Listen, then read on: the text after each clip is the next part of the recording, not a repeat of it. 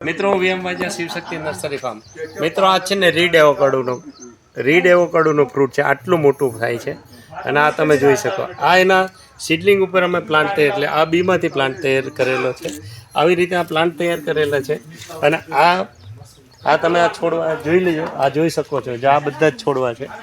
આવી રીતે આ છોડ તૈયાર કરવામાં આવેલા છે વધુ વિગત માટે તમે કોન્ટેક્ટ કરી શિવશક્તિ નર્સરી ફાર્મ ચોરવાડ જુનાગઢ 98 257 47 666 આ જ નંબર તમે ગૂગલ કે યુટ્યુબમાં નાખી ને અમારા અલગ અલગ વિડીયો જોઈ શકો છો મિત્રો આની તમે સાઇઝ જોઈ લો